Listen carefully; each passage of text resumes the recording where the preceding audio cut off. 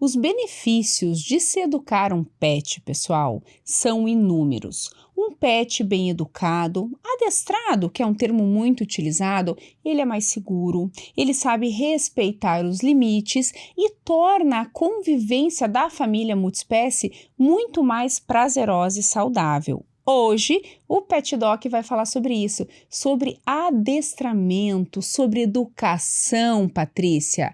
Eu sou a Rebeca Bach, médica veterinária, especializada em doenças odontológicas e tenho ao meu lado a minha host favorita, minha amiga Patrícia Mosco. Pati, a gente vai fazer isso sozinha? Será que é a nossa praia falar de educação canina e felina, adestramento? É claro que não, né, Rebeca? Quem acompanha o Pet Doc já me conhece, quem está chegando seja muito bem-vindo. Eu me chamo Patrícia Mosco, sou médica veterinária, professora, especializada em doenças renais há mais de 20 anos. E você acha que uma odontóloga e uma nefrologista vão falar de adestramento e comportamento? É óbvio que não. Como o Pet Doc é comprometido com informação de qualidade e ciência, a gente convidou uma pessoa que foi absolutamente muito bem indicada. E ó, vou contar para vocês, eu já caí de paixão no vozeirão desse homem no primeiro áudio que a gente trocou no WhatsApp. Seja muito bem-vindo, Tomás Spiegel. Você é um adestrador por formação, mas eu já contei para você que eu ousei te chamar de outra coisa. Um educador. Seja muito bem-vindo, Tomás. Muito obrigado a vocês, obrigado pelo convite. É um prazer enorme estar aqui para falar com vocês sobre esse assunto que eu gosto muito. Acho que vocês também gostam muito, Sem cachorro. dúvida. Ô, Sem Com a delícia! gente dúvida. mesmo. Vou pegar o seu gancho aqui. O adestramento, ou adestrador, é um nome que ele vai precisar ser revisto em algum momento, né? A gente ainda utiliza porque é a forma mais fácil de uma pessoa que precisa desse tipo de serviço nos encontrar. Uhum. Então, você já foi tentado vários tipos de termos diferentes, de títulos diferentes, né? Psicólogo canino, consultor comportamental, e na verdade tudo é a mesma coisa, né? Então, um especialista em comportamento canino, ele precisa conhecer tudo que envolve o cachorro, né? Desde o início da sua preparação para o mundo, e até mesmo coisas mais avançadas, mesmo que ele não vá se especializar nisso, né? Então, acho que com vocês é o mesmo, né? Então, o Sim. veterinário ele vai ter uma curiosidade, um interesse por muitas coisas que não necessariamente são a especialização deles, né? Até curso de comportamento de gato eu já fiz, embora não trabalhe com isso. Então, na verdade, o que eu faço e o que eu acho que é o que deveria ser feito pela maioria dos profissionais é ensinar as pessoas que convivem com seus cães, sejam elas as suas famílias ou profissionais, sobre o cão, como o cão se expressa, o que o cão está tentando nos dizer, como utilizar essa linguagem para saber se ele está bem, se ele não está bem, se ele consegue aprender, se ele não consegue aprender aquilo que a gente está colocando para ele. E, e é uma profissão que, durante toda a minha carreira, ela está sempre mudando, muito por conta das pesquisas científicas, né? Então, eu tenho 30 anos de carreira, e mais ou menos durante 15 a 16 anos desse tempo, eu não tinha um acesso fácil à ciência, Sim. né? Então, toda a minha base, ela foi passada por mim por outros adestradores, às vezes em Uhum. livros, em cursos, mas não havia ali uma amostragem, algo que você pudesse fazer. Olha, fizemos isso com 200 cães, com 300 cães, tivemos um resultado tal, né? E isso, na verdade, teve uma mudança muito grande. Eu até mencionei na nossa conversa pré-vídeo aqui do Uhum. livro Cão Senso, né? Uhum. Uhum. Esse livro ele é uma compilação de pesquisas científicas sobre o cão doméstico. Foi feito por um acadêmico na Inglaterra, e ele juntou todas essas pesquisas pertinentes ao cão doméstico naquele momento. Então, para quem quer aprender, para quem estuda, para quem se interessa pelos cães, aquilo ali é um marco, um uma divisão, né, na minha carreira, especialmente. Eu, inclusive,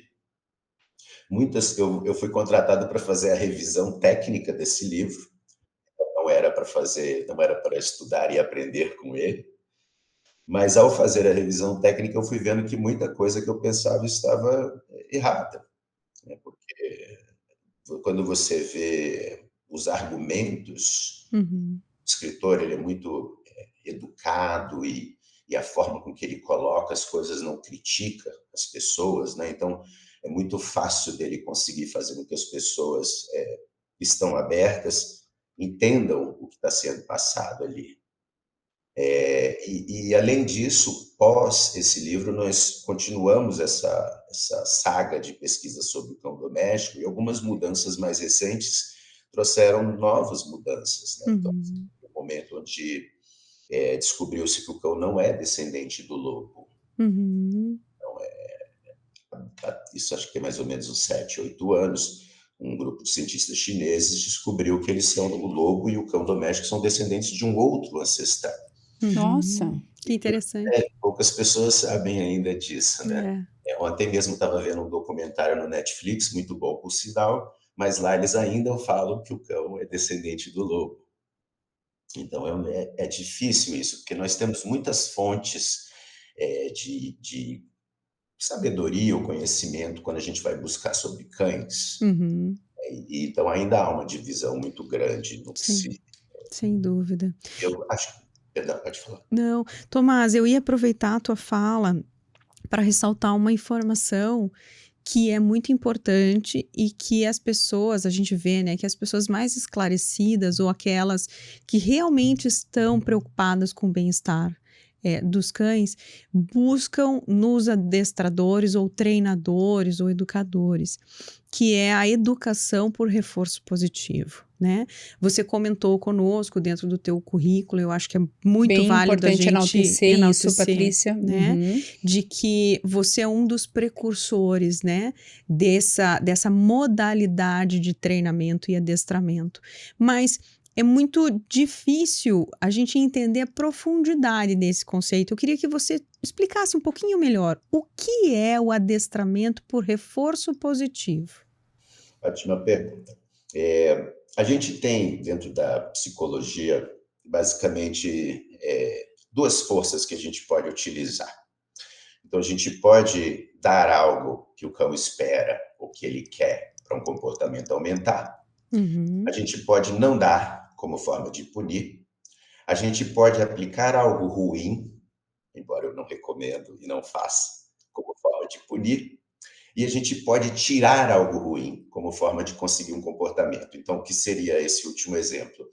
Eu gostaria que você saísse da minha frente. Em vez de te dar um bombom para você andar para o lado, eu vou e te empurro e paro de te empurrar depois que você saiu, né? Então, a gente tem a classificação disso, é o reforço positivo, a punição negativa, que é não dar o que o cão espera, a punição positiva, que é aplicar algo ruim, e o reforço negativo, que é aplicar algo ruim e tirar quando você tem esse comportamento. O adestramento positivo, e na minha cabeça todo mundo que lida com cão, só deve usar o reforço positivo e a punição negativa.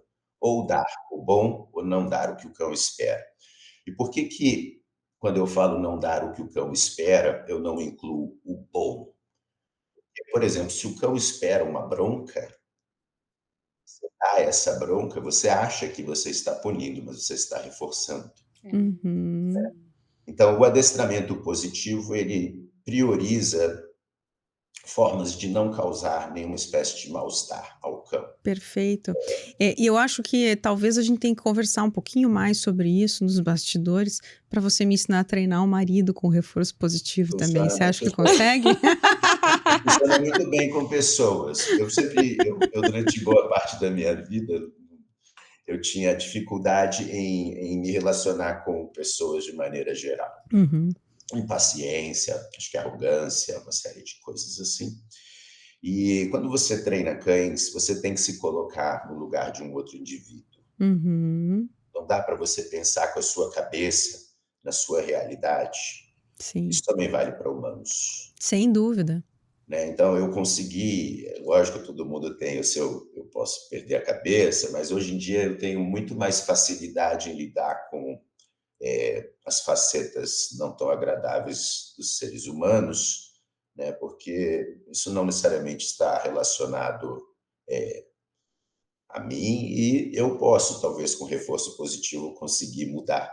Então, se você vai sempre num lugar e todo dia acontece bastante de eu atender cliente, estou sempre lá, a pessoa está com a cara fechada, eu chego, ah, bom dia, tudo bem? Eu sorrio. Segunda aula, terceira aula, quinta aula, sou recebido com um bom dia e um sorriso. É, perfeito.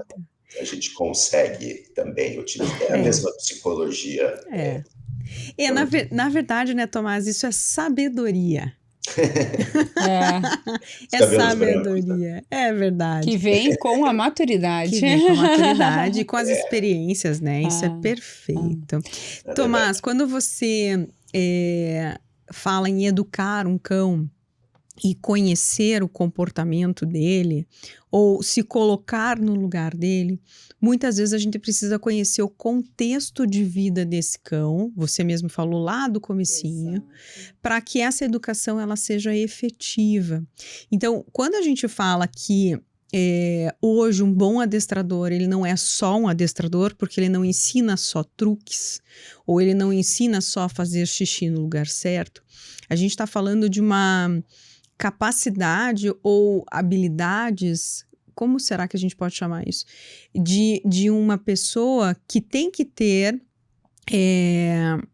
exatamente a capacidade de enxergar o indivíduo dentro de um contexto, que é de um lar, dentro de um contexto familiar e dentro de uma história própria de vida. Então, olha que complexo. É a gente conectar, né, Tomar as duas espécies distintas.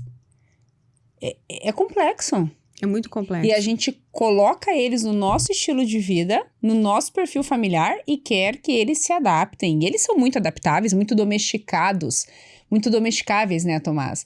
Mas eu acho que tem questões aí muito particulares, que é o que traz os problemas que a gente enfrenta no dia a dia. Ah, é o xixi fora do lugar, é o cachorro que late quando o tutor sai e fica sozinho, incomoda o prédio, isso gera multa, gera todo um desconforto daquela comunidade. Tantos e tantos, né? Chega a visita, o cachorro avança ou não para de latir. Tantos e tantos comportamentos que precisam ser manejados para que essa convivência, né, para que torne essa convivência entre espécie canina, espécie humana, espécie humana,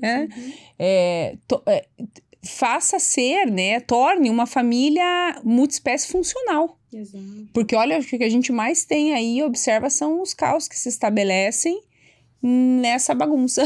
conheço Exatamente. bem. Imagino que para você só chegam os problemas, né, Tomás? Rapidamente me chamam quando é um filhote ainda, né? Então, não precisa, as pessoas não necessariamente precisam de um acompanhamento de um adestrador, né? Uhum. A questão mais complicada aí é que as informações que chegam para a gente, elas são muito misturadas e você não existe nenhuma entidade vigiando o que que um adestrador faz, o que que um daycare faz. Não Uhum. existe uma entidade governamental, Não não regula a existe, profissão. não existe o costume do brasileiro de correr atrás dos problemas, né? Então, é comum eu visitar lares onde supostos profissionais preparados deixaram lá coisas realmente assim muito estranhas, muito bizarras, e que podem às vezes comprometer a vida daquela família e daquele cachorro inteira, a vida inteira daquele cão. Uhum. Sim. Dependendo do que você faz com o cão, especialmente ali na fase inicial da vida, ele pode ficar com uma cicatriz emocional para o resto da vida e o máximo que você vai conseguir fazer com até o melhor conhecimento, experiência do mundo é melhorar, mas ele nunca vai ser aquele mesmo indivíduo que ele poderia ser se a gente não tivesse causado esses problemas. Tomás, e como é que você lida com essas situações em que você precisa recuperar essas características mexendo no perfil do humano? Então, existe uma maior parte das vezes a gente vai sempre trabalhar especificamente no humano. quando eu treinar um cachorro ou fizer alguma coisa com um cachorro durante uma aula, vai ser porque esse cachorro quer contato comigo, né, porque podem haver, como eu já atendi casos, de um cachorro demorar 4, 5 meses para ter um contato comigo. Uhum. Se ele não quiser ter contato comigo, eu não vou tocar nele, eu não vou nem olhar para ele, a não ser que ele Hum. queira, né. Uhum. E o trabalho ele envolve isso, né, você conseguir fazer com que o cão queira aquilo que É. talvez nós Primeiro se sinta desejamos. confortável, depois se Isso, sinta, como é que eu posso dizer? Com confiança, né, sinta isso, confiança e depois ele deseja o contato, né. isso É mesmo. um trabalho difícil, demorado, que exige paciência. Pode acontecer, é uma coisa interessante, porque, os mesmos cuidados eu vou tomar para todos os cães. A diferença é que um cão, esses cuidados podem me demorar 30 segundos para estar fazendo carinho nele, e o Uhum, outro pode demorar várias semanas, uhum. Uhum. né, porque é o cão que vai nos dizer com o corpo dele se ele quer ou não, com o olhar dele se ele quer ou não, né. E um bom profissional, vocês sabem disso tão bem quanto eu, né, porque é outra área, mas é cachorro também. O Sim, cachorro, ele vai nos dizer as coisas. sempre nos Você tem dizem, que né. saber você tem que saber olhar, não adianta você querer formular uma definição na sua cabeça, porque alguém disse, porque alguém leu, no passado tinha muito essa coisa: "Ah, não, tudo é dominância, dominância, tudo é dominância", né. E a gente foi tendo mudanças aí que, por exemplo, de acho que uns 6, 7 anos para trás, começou a se aceitar a senciência dos cães, que é não só a capacidade de ter emoções, que isso já foi aceito há mais ou menos uma década, mas a capacidade de vivenciar. Então, a partir desse momento, o que era visto como, está sendo indisciplinado, ou até mesmo agressivo, não necessariamente é isso. Isso quando está com medo, ele está assustado, ele está desconfortável, ele não compreende o que está acontecendo, e na cabeça dele é aquela forma que ele tem que agir. Ele não É está uma fazendo forma nada. de, normalmente, tomar de proteção.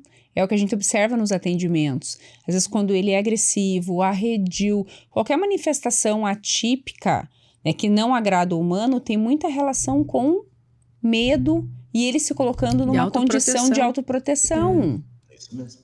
é. É bem isso. Então, na verdade, o que a gente tenta fazer é tentar.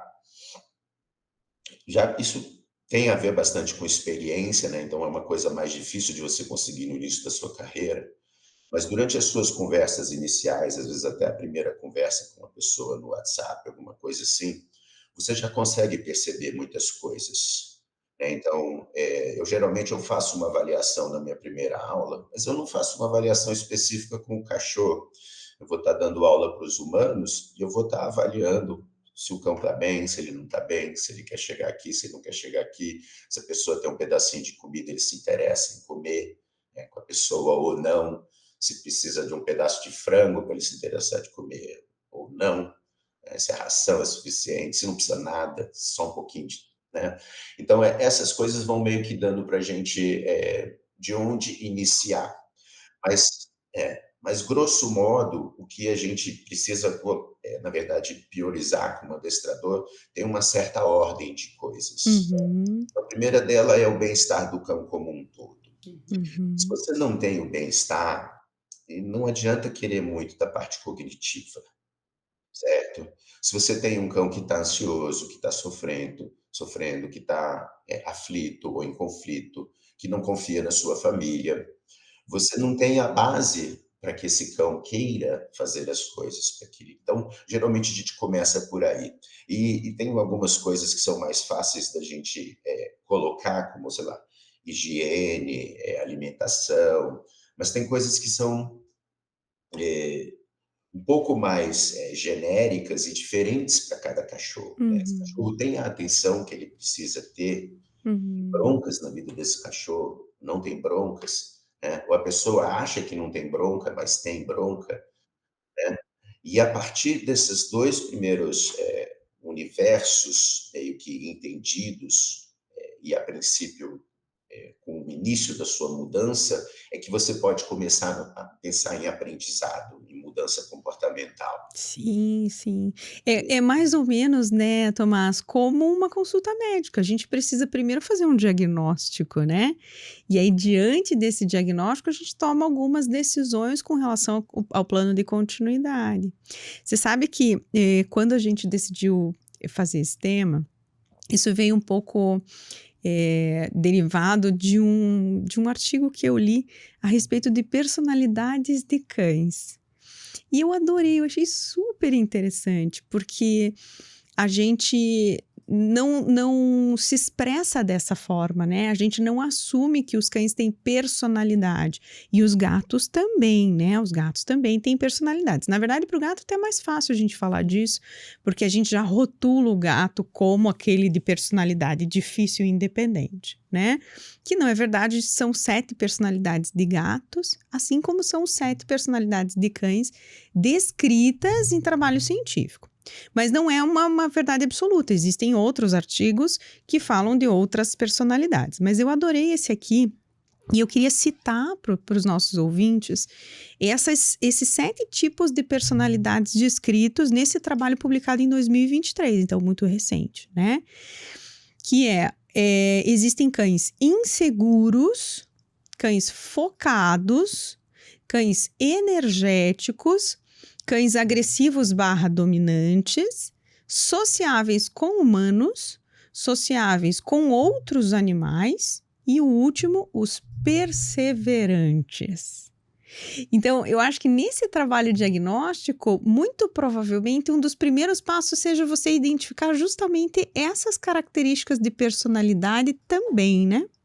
É uma forma de trabalhar. O termo dominante, ele é um termo que ainda está em revisão. Uhum, A questão do termo dominante é que ele tem a origem no adestramento antigo uhum, e ele classifica o cão dominante como aquele que quer dominar, uhum, certo?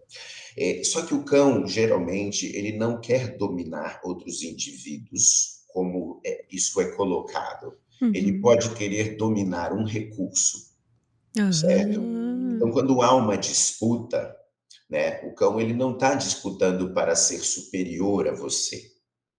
Ele está disputando porque ele quer aquilo e ele tem forças para conseguir aquilo, tem a persistência para conseguir aquilo. Olha que E interessante. se Ai, ele achei lindo. consegue aquilo, numa próxima disputa ele tenta da mesma maneira.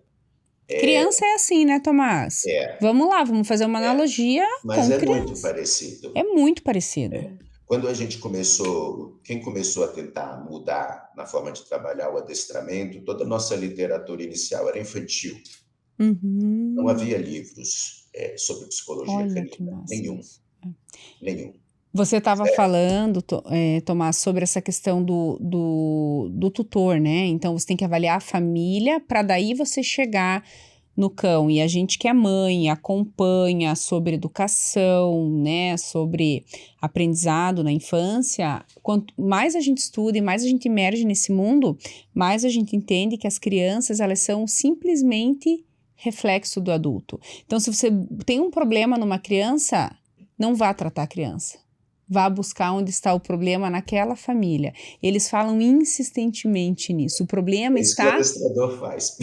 O problema está no comportamento dos pais ou naqueles que cuidam daquela criança, enfim, né? A criança simplesmente é o reflexo do que acontece nos adultos. Interessante isso. E é basicamente o que a gente percebe de maneira empírica, apesar de sermos veterinárias, mas não somos, né, do mundo da educação canina, a gente percebe isso. Sim. Né? Muitas vezes o comportamento do cão baseado na postura daquela família, né? Sim. É muito interessante isso que você falou, pelo seguinte, a gente tem que não é só a atitude ou comportamento, e é exatamente como você falou, é também como a pessoa ela se expressa em relação àquilo. A Uhum. postura, né? Então, o cachorro, por exemplo, se você, vou dar um exemplo clássico aqui, você tem o cachorro latindo para o interfone, e aí você tem a pessoa, "Shh, cala a boca!" Então, os dois tendo o mesmo comportamento, Uhum. certo? Ele Certo. está bravo, irritado, a pessoa está brava, irritado. Não cabe ao cachorro entender que aquela pessoa está brava e irritada com ele, porque ele está bravo e irritado com o interfone. Uhum. Cabe à pessoa entender que ela está dando mais de um exemplo, né, e talvez até botando ali fogo, gasolina no fogo, porque ela está criando mais É. ansiedade por estar brava. Nenhum cachorro quer deixar a gente bravo. O cachorro já Nenhum. tá irritado com o interfone, tá irritado com o dono que tá gritando ainda. Isso, exatamente. Eles também, alguns estudos recentes sugerem que eles vão captar os químicos que nós estamos exalando Uhum. e eles vão emular esses químicos. Então, se você tiver num momento de estresse, Eles você está percebem. exalando e eles Uhum. não só percebem, como eles vão produzir os químicos que estão te levando a ficar estressados e vão ficar estressados também. Tamanha é a conexão deles conosco. Teve um estudo que foi feito com cabelo de mulher, poderia ter sido com homem também, mas devido ao comprimento, né? Com pelo de cachorro para ver a variação de cortisol na linha de tempo, né, de cães da mesma família e bate. Então, quando você tem momentos de maior estresse numa pessoa da casa, isso vai também ser contado no timeline ali do fio de pelo do cachorro. É. Aí você veja na prática, o que a gente percebe, Tomás? Um tutor ansioso, normalmente o cachorro ansioso. Tá, certamente. Sem dúvida, sem dúvida. Eu, às O, vezes, o, desculpa interromper aqui, me lembrei de uma. Eu sou meio tagarela, se eu estiver falando demais, vocês me interrompam. tá ótimo.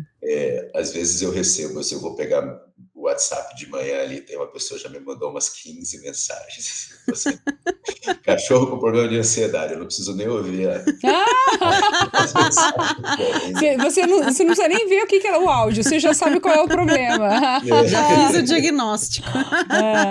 Tem uma coisa interessante que é a seguinte, um assunto um pouquinho fora, que a ansiedade, ela pode ser vista como uma coisa só, certo?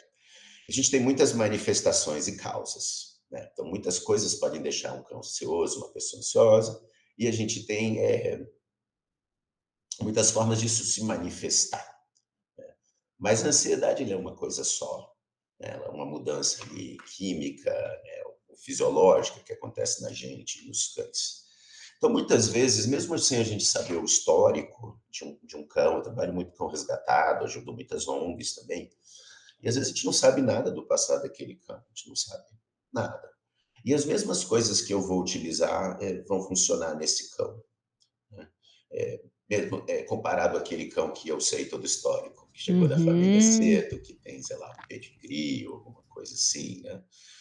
Então, isso é uma coisa bem interessante, eu acho, de você enxergar, quando você enxergar o seu cão. Claro que é sempre bom tentar estudar, aprender e tudo, mas existem formas muito simples também da gente conseguir entender melhor os nossos cães, né? E muitas delas, apesar de não ser legal a gente antropomorfizar, né, Sim, sim. humanizar, como costumam dizer, mas a gente costuma ser um ótimo parâmetro para as questões emocionais dos nossos cães. Não temos um outro ponto de partida melhor do que as nossas próprias emoções, né? Então, eu não tenho como entender o amor se eu não pensar no meu amor, a raiva se eu não pensar na minha raiva. E na minha visão, todo o universo é assim, todo ser vivo é assim. Aham. É, regido por todas as energias que nos circundam. E essas energias são produzidas dentro da gente mesmo, né? Você comentou sobre a personalidade, né? Eu não tenho mais, mas eu já tive insetos de estimação. Já não tenho muitos animais porque eu sou vegano, já tem 7 anos, né? Então não compro animais, já comprei no passado, tudo isso. Mas eu tive aranhas. Uhum. E eu vi a personalidade das minhas aranhas. Por que que Gente eu do céu. via? Porque eu tinha 3 filhotinhos da mesma espécie. E os 3 agiam de formas diferentes, né? Então tinha um que era um pouco mais recluso, mais tímido, outro mais explorador. É um traço de Sem personalidade. dúvida, Então sem ali a dúvida. mesma genética, eram filhinhos da mesma mamãe. Uhum. E com cachorro, a personalidade ela você consegue perceber isso numa ninhada genética idêntica, né? Sim, Sim. essa personalidade basal, não sei se é um termo adequado ou não, mas, né? ela vem. E ela é moldada com o meio Em que esse vive. animal, que esse indivíduo, que essa criança Ele tá está imergido. Tomás, você sabe que essa semana passada eu vi um documentário da Netflix, até fiz a sugestão para os Sim. nossos seguidores. Cabeça dos Cães? Dentro da mente de um cachorro. Eu vi ontem. Uma delícia, né? Um documentário super querido. Tem duas ressalvas ali só. Aham. Os cães estão de enforcadores. Isso eu não reparei. Aham. Ele está coberto com uma colheira e eles não usam para... Aham. Eu já usei enforcador há muito tempo, já puxei pescoço do cachorro até eu ter a consciência que isso era ruim. Mas já são 15 anos que eu não uso e já são uns 12 que eu só uso peitorais, nem coleira eu utilizo. Sim. Coleira para mim é para pendurar medalhinha, essas coisas. Sim, só para decoração. E a outra ressalva é que lá eles colocam que os cães são descendentes do lobo. Sim. Aham. Isso mas já fora isso, fantástico. Muito legal. E sabe o que eu achei muito interessante? Eles falaram justamente sobre a identificação dessas personalidades lá na maternidade. E aí, conforme o cão ele vai se desenvolvendo, ele vai mostrando as suas aptidões, né, ao longo desses primeiros momentos de crescimento, é que eles vão percebendo em quais áreas esse cão treinado, que daí seriam cães de serviço, né? Esse cão se destacaria mais. Eu achei isso belíssimo, né? Os animais como instrumento de cura, de bem-estar, de auxílio, de apoio para os seres humanos. É belíssimo, né? E aí eles mostram um cão que é mais tímido, que não gosta muito de interação, que ele é um cão... eu não me lembro o termo que eles usam, mas é um apaziguador, né? Ele é muito calmo, que ele seria muito bem indicado para a companhia de um homem que sofreu com traumas de guerra. Isso é lindo, né? Um cão que é mais corajoso, que toma mais à frente, que é mais determinado. Ele tem um perfil muito bom para ser um cão guia, que vai assumir a frente, que vai guiar um cego. Então, essas características de personalidade moldam as habilidades desenvolvidas no treinamento. E esse cão ele vai ter uma função específica, justamente já indicado ou já identificado lá na maternidade. Isso é lindo. Né? Os cães de trabalho num mundo perfeito, né? Eles são escolhidos pela sua habilidade nata. Né? Então, por exemplo, vou pegar um cão que vai farejar explosivos. Né? Eles vão pegar uma ninhada ali e se você tem um filhote que quando encontra brinquedo que eles esconderam, ele cava e late, esse cão não vai trabalhar com explosivos. Sim, já pensou perigo. Então, eles poderiam treinar esse cão a não latir. Sim, mas o trabalho é maior. Mas aí pega esse rapazinho e bota ele para procurar pessoas soterradas. Sim. Vai fazer o mesmo tipo de trabalho, né? No Brasil não funciona bem assim, porque os nossos recursos eles são muito mais limitados. Então, esse documentário maravilhoso, que eu também recomendo que todos assistam, ele mostra ali, por exemplo, que aquela entidade que eles cobrem foi criada, eu nem sabia disso, foi criada pelo criador do Snoopy, que é uma outra coisa muito interessante. É uma escola de cães, né, Tomás? É muito legal, né? E curiosamente, e obviamente, ele não utilizou o Beagles, né? Exato. Senão ia ser o caos. São cães maravilhosos, inteligentíssimos. Sim. Mas eles usam a inteligência deles para eles mesmos. Para benefício próprio, né? Exatamente. E falando dessas habilidades, Tomás, eu acho que a gente pode fazer um paralelo real, né? Porque a gente lida com raça.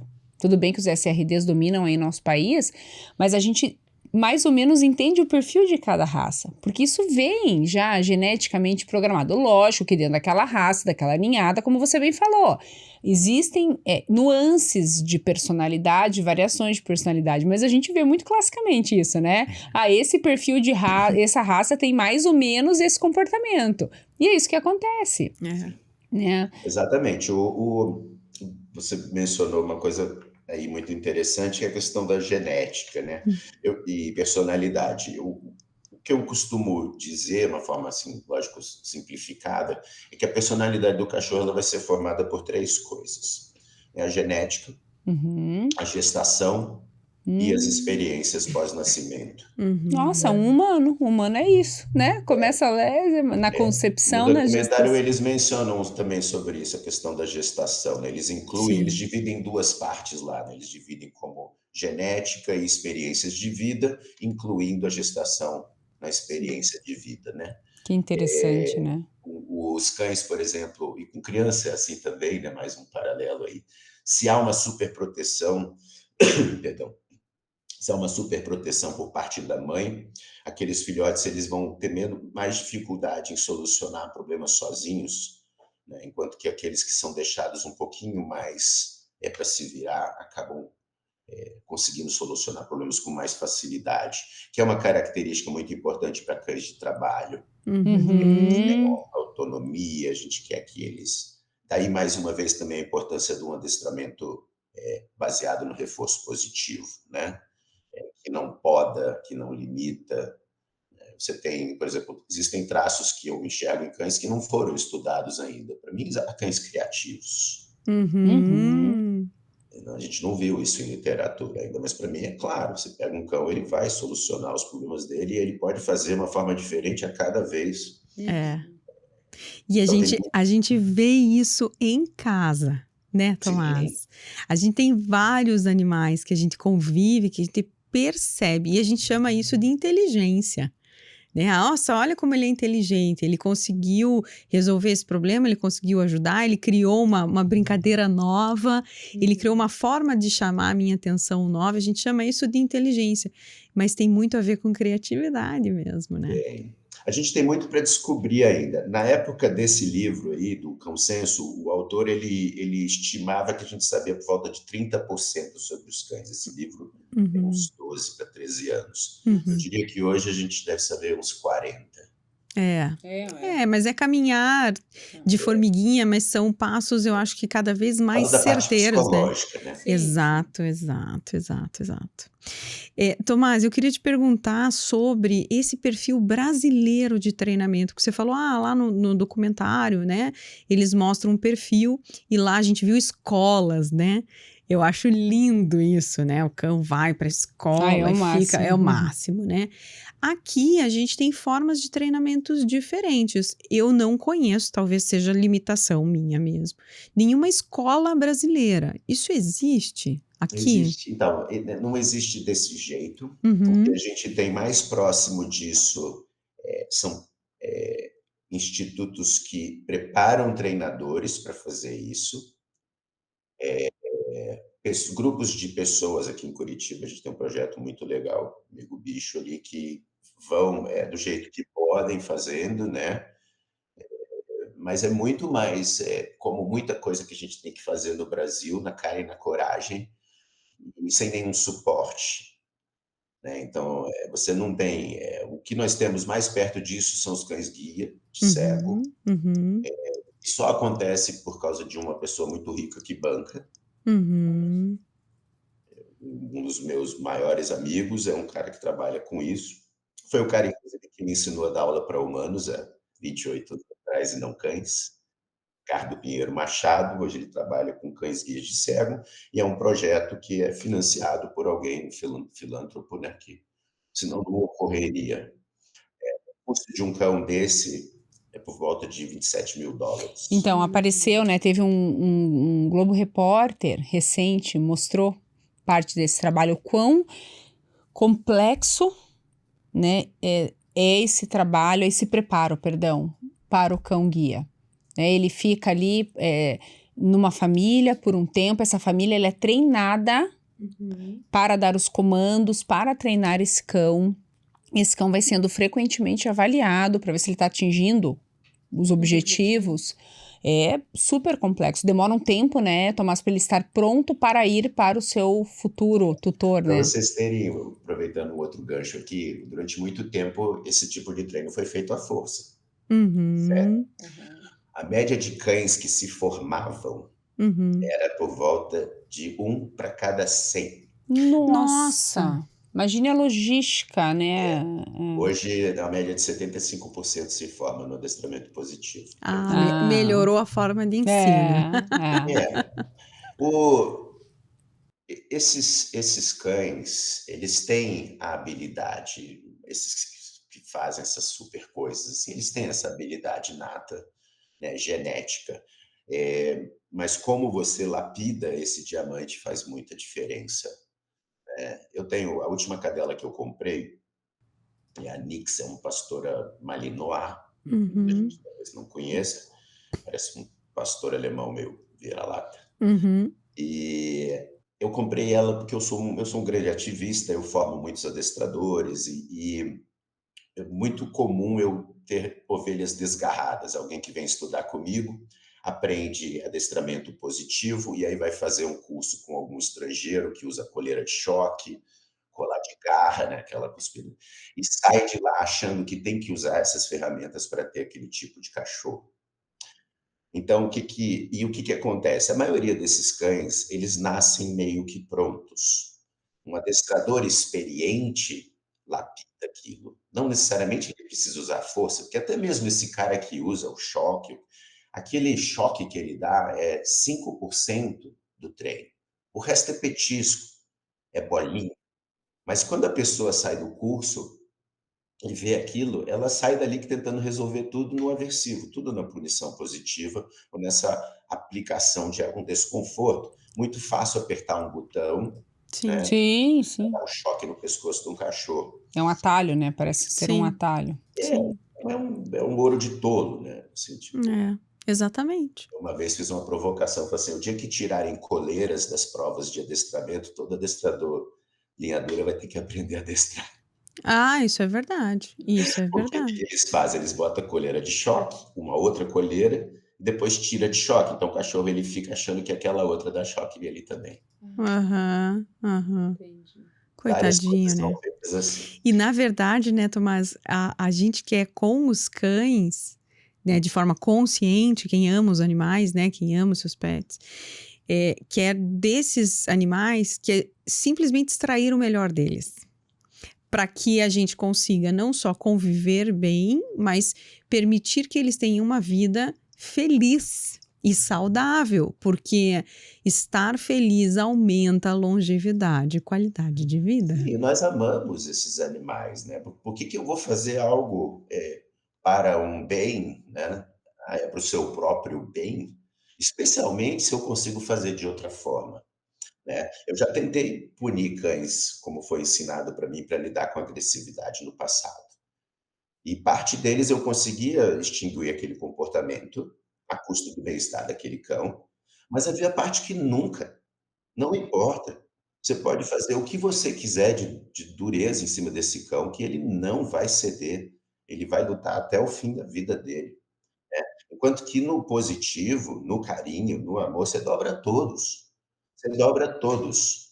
Pode ser um cão que já mordeu meia dúzia de pessoas, já deixou buraco, rasgou, quebrou osso. Você faz esse cão parar de ter medo, faz esse cão parar de passar a gostar do que ele não gosta, o motivo da agressão some.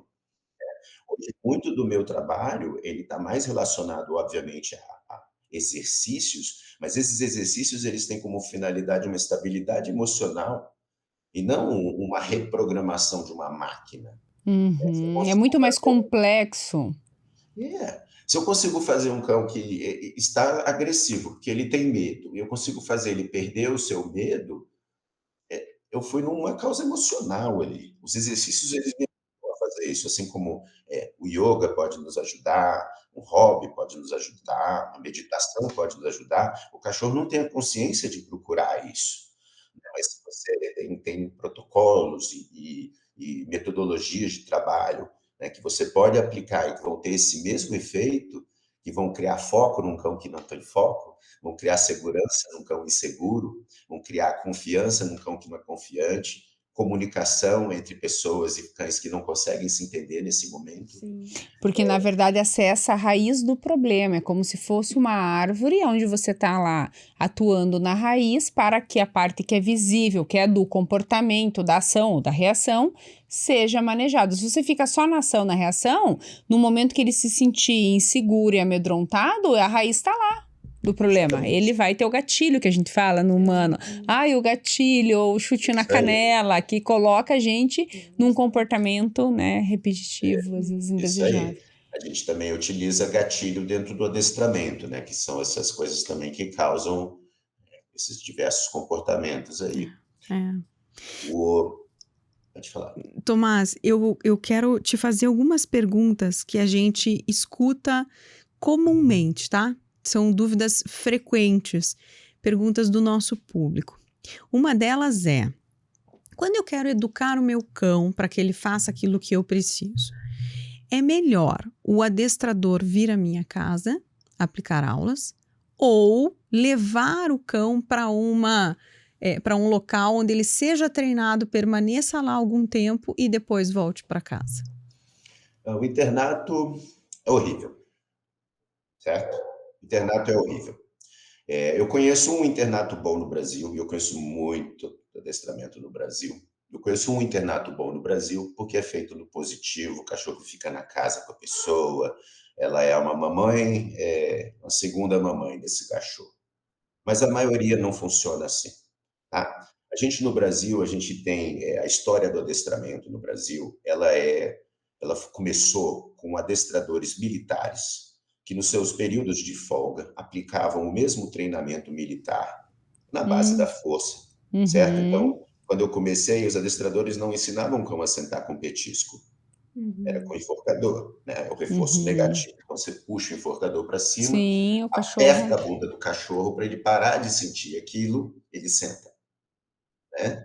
Tanto é que os adestradores mais antigos, você vai sempre vê eles com a mão assim meio levantadinha, que é para dar os tranquinhos sem o cachorro ver a mão. Por sorte, ou por um livro muito importante, O Adestramento Inteligente, do Alexandre Rossi, ele traz já treino com petisco, foi o primeiro livro que o positivo em português que eu li. Tem sua punição lá, como o meu livro também não recomendo ler, está muito defasado, lá tem bronca, tem ser líder, né? Mas, basicamente, o que acontece? Nesse centro de adestramento, não se treina geralmente com reforço positivo. E se treina com a punição positiva e com reforço negativo, que é o uso do enforcador, né? Ou enforca e solta, ou enforca. Que é isso que o enforcador faz. E aí, esses profissionais, eles faziam um trabalho que não tinha nada a ver com comportamento canino. Eles iam lá, ensinavam a sentar, deitar, né? Aquelas tarefas que não necessariamente um cão precisa fazer. Eu tenho cães aqui em casa que sabem muitas coisas, porque é da necessidade deles. Eu tive uma border collie, ela teve que aprender muitas coisas na vida dela para ela ser feliz. Mas eu tenho, por exemplo, uma galguinha que eu adotei de esses criadores ruins, que só dorme o dia inteiro, que ela não precisa, o que ela precisa aprender é vir quando eu chamo, passear na guia, xixizinho no lugar certo. Ela não precisa saber 30 truques, agility, não sei o quê, entendeu? Porque ela não tem essas necessidades, né? Então, hoje, quando eu vou atender uma família, ou até mesmo escolher o que eu vou fazer em relação a um filhinho, um cachorro meu, vai estar mais relacionado à necessidade deles do que a minha visão do que é um bom comportamento, do que eu espero. As minhas expectativas estão, Sim, verdade. o que eu quero é que esse cão seja feliz e que ele tenha uma vida plena. E é isso que eu levo numa família, né? Então, quando eu vou numa família, eu quero deixar todos felizes. Eu quero sair de lá com todos vivendo felizes para sempre. Alinhar expectativas é muito importante para Sem isso, né? dúvida. Com certeza. É. E aí, o que acontece nesse tipo de adestramento? Ele continuou ao longo das décadas, Uhum. e esses mesmos centros de adestramento, eles ainda existem desde quando eu comecei, e acontece, na maioria deles, algo muito ruim, que além do fato do cão ser separado da sua família por vários meses, esse cão ele fica preso em canis. Não adianta a pessoa ter a ilusão de que o cachorro dele vai lá e ficar correndo livre. São 100, 150 cachorros num centro de adestramento desse. Como esse canil vai estar limpo? O cachorro faz uma vez, 2 vezes cocô por dia. Você vai ter quantos funcionários para manter isso limpo? Pega qualquer centro de adestramento desse e vai visitar, você vai ver canil com cocô dentro. Pode ser que pega e vai de surpresa que você vai ver. E aí, além disso, eles vão, quem quer se formar adestrador, muitas vezes vai procurar um grande centro desse, certo? Aí ele vai chegar lá, ele vai te cobrar um curso de adestrador, a dona Maria vai levar o cachorro dela para você, achando que vai estar com um adestrador de 40 anos de experiência, ele vai botar na mão desse cara que está fazendo o curso com ele, para trabalhar na força. E esse cara, ele não sabe ainda lidar com frustração, ele não sabe que não vai sair, que ele vai sair, que o cachorro vai, ele acha que o cachorro vai fazer o que ele quer, e não é bem assim. Exato.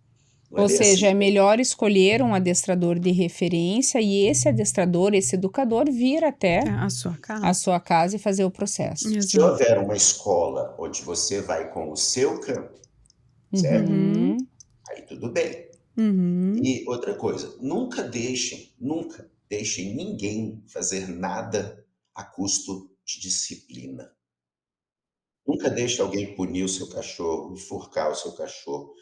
Nada disso. Muitos passamos por isso. Eu, no início da minha carreira, adestradores mais antigos achavam que, eu tô mais, não sei o que lá, e foi lá na minha frente, deu tranco no meu cachorro, né? Minha esposa, que trabalha com isso também, quando teve nossa Border Collie, o cara que deu o Border Collie para ela se achava no direito de punir o cachorro, que era da criação dele.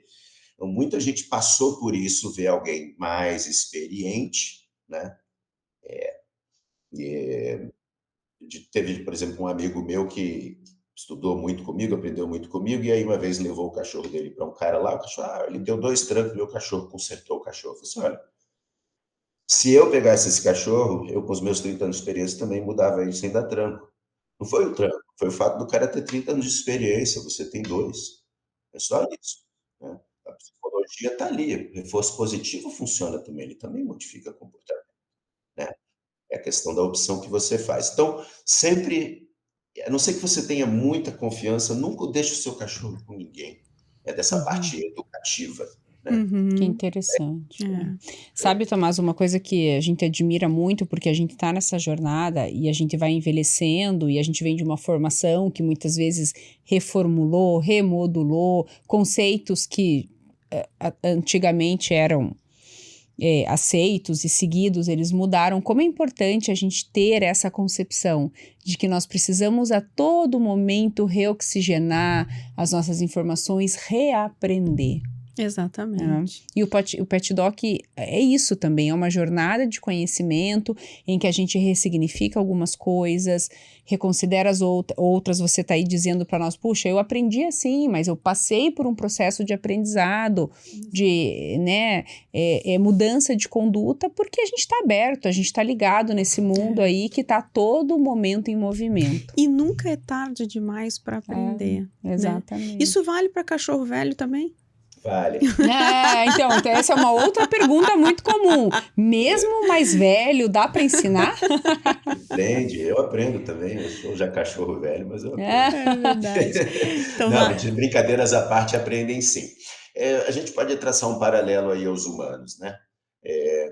Você tem uma maior plasticidade neural, uma maior facilidade de aprender, de aprender línguas, artes, ciência, seja lá o que for, quando você é criança. Mas você consegue fazer isso quando você está mais velho também. Muita coisa a gente consegue aprender a vida toda, né? Vai ser numa velocidade diferente, você não vai desenvolver suas habilidades da mesma forma que uma criança que começou a fazer isso. E o mesmo vale para cães, né? E tem uma coisa que na verdade é a única coisa que eu prometo para os meus clientes, e que os cães deles vão melhorar. Não faço nenhuma outra promessa, porque depende muito do que a pessoa vai fazer, né? Meu trabalho, ele se manifesta através da pessoa fazer ou não aquilo que eu indico, e são todos adultos. Eu não sou professor que fica enchendo a paciência, assim, né? mas eu vou sempre ser muito sincero e claro, e vou deixar bem claro para a pessoa que as opções dela é que vão fazer com que, né? Então, estou lá com um cão reativo, e eu vou recomendar, por exemplo, às vezes, para a pessoa ficar 10 dias sem passear. E a razão, vou explicar por isso aqui, para não te deixar no ar, né? Reatividade tem muito a ver com ansiedade, aliás, totalmente a ver com ansiedade. E eu vou sempre dar preferência a trabalhar sem medicamentos, embora eu sei que em alguns casos precisam de medicamentos. Quem vai decidir isso é um veterinário especializado e não eu. Eu encaminho um veterinário especializado e ele decide se vai precisar. Mas antes disso, se eu estou vendo uma série de motivos para aquele comportamento existir, as explicações estão todas ali, né? Então, se eu chego numa casa, eu tenho um cão ansioso, você dá bronca no meu cachorro? Ah, muito. Aquilo ali já é o suficiente para esse cachorro ansioso, ser ansioso. Pode ter vários outros motivos também, mas aqui já me diz, né? Eh, então, geralmente, eu vou pedir para a pessoa não passear para reduzir aquele nível de cortisol, Uhum.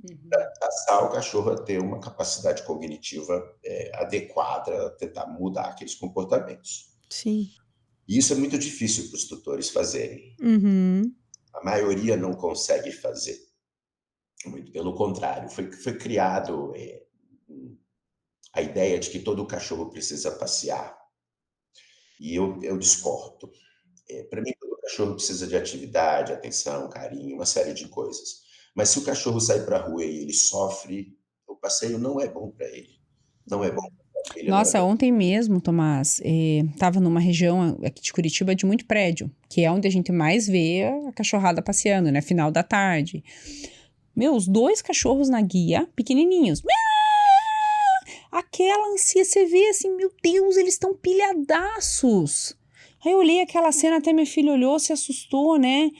Falei, o que que faz esses 2 animais que estão no seu momento, teoricamente, de maior prazer, um momento mais esperado, isso que você falou, talvez não seja para eles um momento de alegria, porque a pilha que aqueles cachorros estavam era uma coisa impressionante. Eles precisam da atividade física, mas é de uma outra forma que não Talvez dessa, para eles esse momento é um momento que, por N É. motivos, que tem que ser avaliado, interpretado, enfim, gera um estresse enorme. Leva num lugar vazio, diminui os passeios. Tem cachorro que precisa ir ao banheiro, né? Então, beleza, leva, faz xixi e volta. Não significa que esse cachorro não pode nunca mais passear. Sim, sim. Significa que esse cachorro precisa aprender a gostar do passeio. Exato. Ressignificar. Ressignificar, exatamente. Ele precisa gostar, ele precisa se sentir bem, precisa ser um momento de prazer, né? E não um momento de dificuldade para ele e sua família, né? E aí a tendência é que a maioria das pessoas não faça, não cumpra essa. E aí eu não posso obrigar, eu vou falar assim, olha, vocês são adultos, vocês fazem as escolhas, né? Mas é importante eu salientar que se você continuar fazendo isso, eu não tenho como te prometer melhor. Exatamente. Então, Você sabe, Tomás, que falando de aprendizado, de ensino, de observar características de cães inteligentes, né?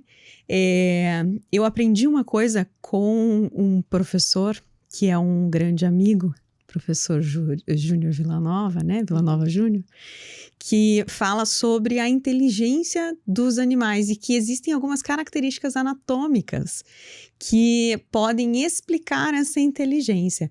Eu vou pedir para a nossa equipe de suporte projetar a imagem aqui. Existem 2 características anatômicas que podem nos ajudar a entender as diferenças entre as inteligências das espécies. Então, olha só, uma das características anatômicas é o número de sulcos ou giros no tecido, no cérebro.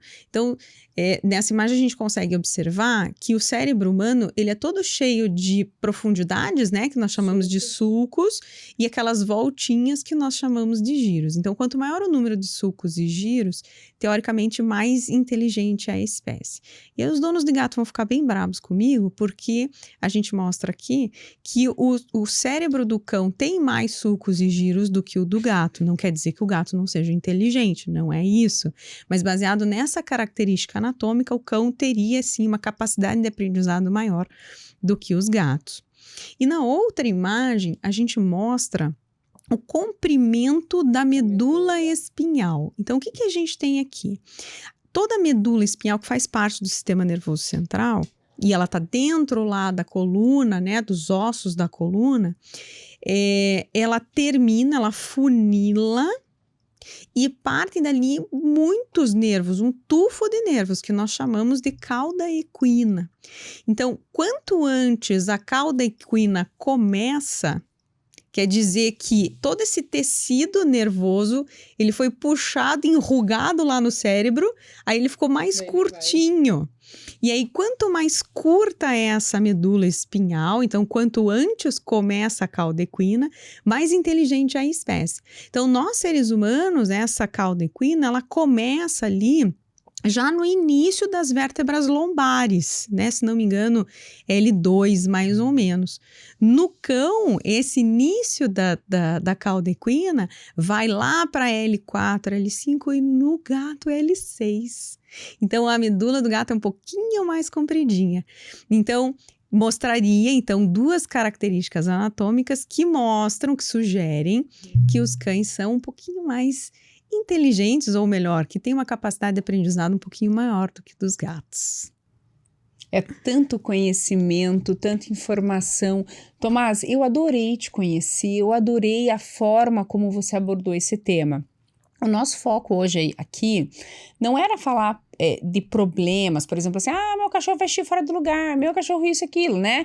E como solucionar, porque isso, como você falou, é complexo, depende do contexto de cada família, depende do perfil do animal, mas é para que o nosso ouvinte entenda esse mundo que está intimamente relacionado a comportamento, a característica psíquica, a questões ambientais, aquilo que você falou, né? O que determina a personalidade, né? Então, a gestação, a formação desse indivíduo na barriga da mãe, os estresses que ele é sujeito ou não naquele momento de formação, o meio que ele está exposto, inserido e a genética, que aí realmente, né, é o material genético que já ali nasce com ele independente da interferência ambiental.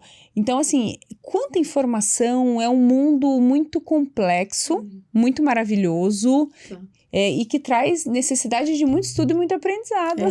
A gente quer te agradecer muito, Tomás, por você ter disponibilizado esse tempo pra gente. É uma pena que a gente não tenha conseguido trazer você aqui pessoalmente, temporariamente afastado, né? Por motivo de saúde, mas ainda assim foi super solícito em estar aqui conosco, Tomás. Obrigada pela tua disponibilidade. E a última pergunta que eu quero te fazer é: como os nossos ouvintes te encontram? Pode deixar o celular? Sim, com certeza. Então é 41 99141 7147. Só lembrando, né, Tomás, que você treina humanos, treina adestradores e você aperfeiçoa ou aumenta a capacidade de um adestrador já formado. Isso. Faço consultoria, assessoria, tanto comportamental para famílias como para qualquer profissional da área. E eu tenho bastante especialização em agressividade e reatividade, casinhos mais cabeludinhos. Perfeito, muito obrigada, muito Tomás. Obrigada, Tomás. Eu que agradeço. Mais uma jornada, mais um episódio com tanto conhecimento, Patrícia. Agradecendo aos nossos 2 grandes apoiadores aqui do Pet Doc, que são 2 empresas voltadas, né, ao desenvolvimento de tecnologias que aumentam saúde e longevidade. MSD e Royal Canin. Muito obrigada a esses 2 apoiadores e a gente torce sempre que todos nós, né, estejamos no caminho correto, na busca da longevidade e felicidade dos nossos pets.